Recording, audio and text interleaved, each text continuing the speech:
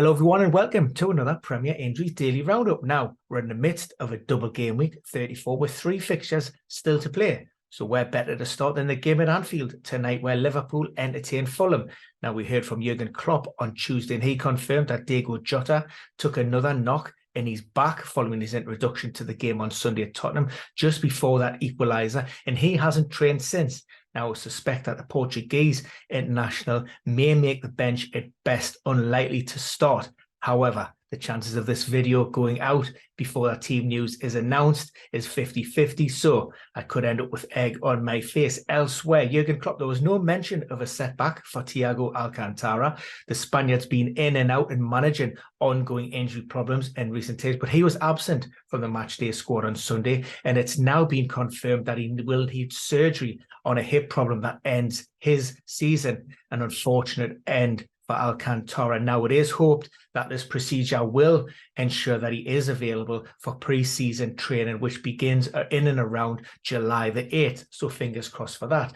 The visitors, Fulham, they had 2 major setbacks in their game at the weekend. Both Tim Reid and Andreas Pereira have started every Premier League match this season. Unfortunately, that is where their participation ends. For Tim Reid, unfortunately, there was an accidental kick by Julian Alvarez on his arm. That's confirmed as a break, so that ends his campaign. And then also an awkward fall for Andreas Pereira.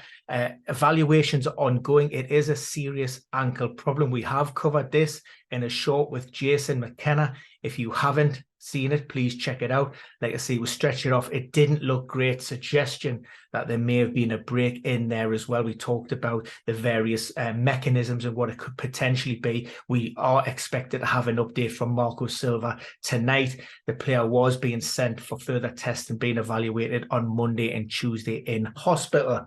Manchester City, obviously big talking point was the absence of Kevin De Bruyne. He picked up a slight problem against Arsenal, asked to be substituted. It was referenced as a lower leg issue by Pep Guardiola. Now, there was no mention to that in the build-up to their last game at the weekend. In fact, he only said the fact that Nathan Ake was the only player that hadn't trained, but De Bruyne didn't travel with the squad down to Craven Cottage, and subsequently he's flagged as a doubt for the game against West Ham midweek as well.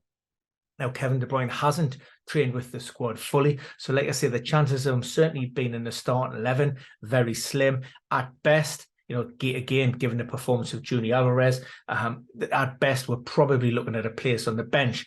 For West Ham, they picked up an injury down at Selhurst Park. That was Kurt Zouma. Rolled his ankle. That wasn't a challenge at trying to block Jordan Ayew's effort that he scored. Rolled his ankle, that inversion sprain,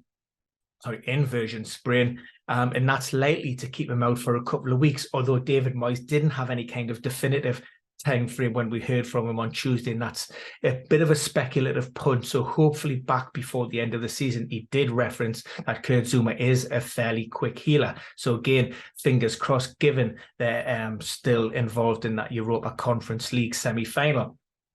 Thursday night, we have a game between Brighton and Manchester United. Unfortunately, there was no press conference for the Seagulls as Roberto De Zerbi was ill. So that was cancelled at the last minute. But what we do know, Evan Ferguson is a potential returner. He's missed the last 3 with an ankle ligament problem. He was on the cusp of a comeback last weekend, but not risked by De Zerbi. Brighton made 5 changes for that game against Wolves. That included the benching of Mitoma, McAllister, Moises Caicedo, but it didn't change anything in terms of the outcome of the performance. They ran away 6-0 victors. Now, unfortunately for a lot of FPL managers, me included, we included some of those Brighton players in our 11, so we need a return against Manchester United on Thursday to justify those hits and those changes that we've done, and hopefully it won't end up in major disappointment. For Manchester United, there was a mixed injury update. We have heard from Donny van de Beek over the weekend. He said he's progressing really well. He told MUTV that knee problem that he picked up in January is going really well, but again, he was unable to give any kind of time frame and indeed signal whether he would return this season. A few months back, Erik ten Hag had said that it was unlikely that he would be back in contention before the end of the season. So we're probably looking maybe for July for him to rejoin the group. Elsewhere, there was a surprising update with regards to Rafael Varane. We've had various timeframes and timelines discussed. Some suggestion that he's in a race against time to play against the season. Some saying he's out. Some saying that he would return for the FA Cup final at the beginning of June.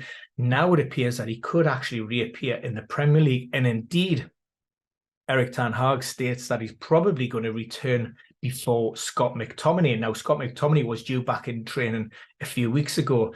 We presume a bit of a setback, and it doesn't look good. What we do know, the pair are certainly out these next two matches, so out of that game against Brighton and game week 35, but then they will be evaluated after that for possibly game week 36 or game week 37. On Monday, we've seen a very quite serious setback for Seamus Coleman, stretch it off, a knee problem. Thankfully, imaging has confirmed that there is no damage to that ACL, but the remaining games of this season are under serious question. We don't know the extent of the problem or indeed the finer details of what actually happened. But like I say, it's good news in the fact that it isn't the ACL, so we're certainly not looking at something which is really long term. For Nottingham Forest, and I'll tag this onto the Manchester United, Dean Henderson, Steve Cooper referenced a small setback in training in April. Well, that setback means that the on-loan goalkeeper has went under the knife. That's hip surgery, and again, that decision was taken in the hope that he can return and be ready for in and around mid-July. So fingers crossed with that. My boys, Newcastle, we take on Arsenal this weekend. Alan Saint-Maxim, he returned to Tyneside last week. He's been rehabbing in France from that hamstring problem.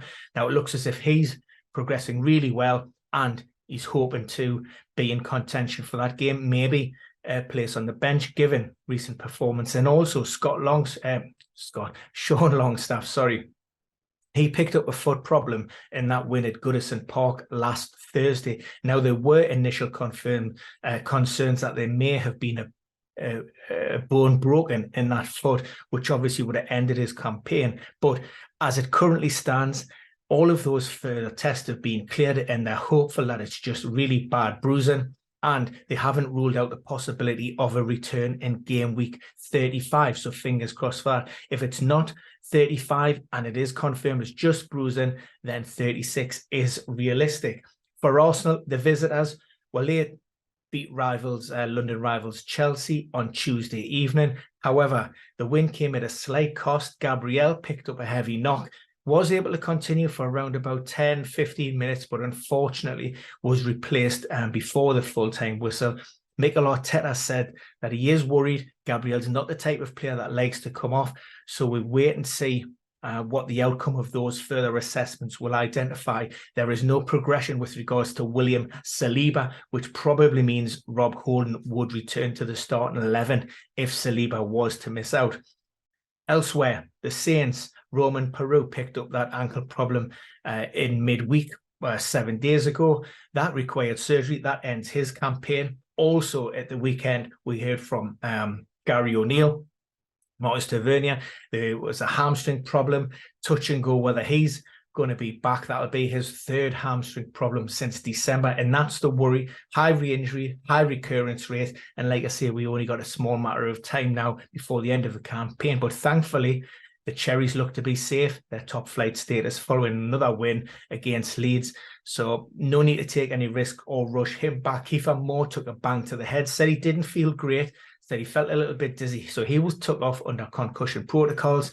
If he goes through this without any kind of reaction, he will be fine for the weekend. Also, Chris Mepham, he had a slight hamstring issue following the win over Southampton. That was more of a precautionary measure. He could return to the matchday squad. And finally, we heard from Frank Lampard on Monday. Koulibaly, that hamstring problem looks to be a little bit more serious than first thought. It was initially touted as maybe a 2 or 3 or possibly even 4 weeks, but now the defender faces a race against time to play again this season. Very similar situation to Mason Mount. Outside chance for game week 38, but probably not. That's it for now. You can always check out the premierinjuries.com injury table or hit myself or Jason McKenna at Jason_R_McKenna on Twitter and ask any questions. And we see you all again on Friday for our live stream at 2:15.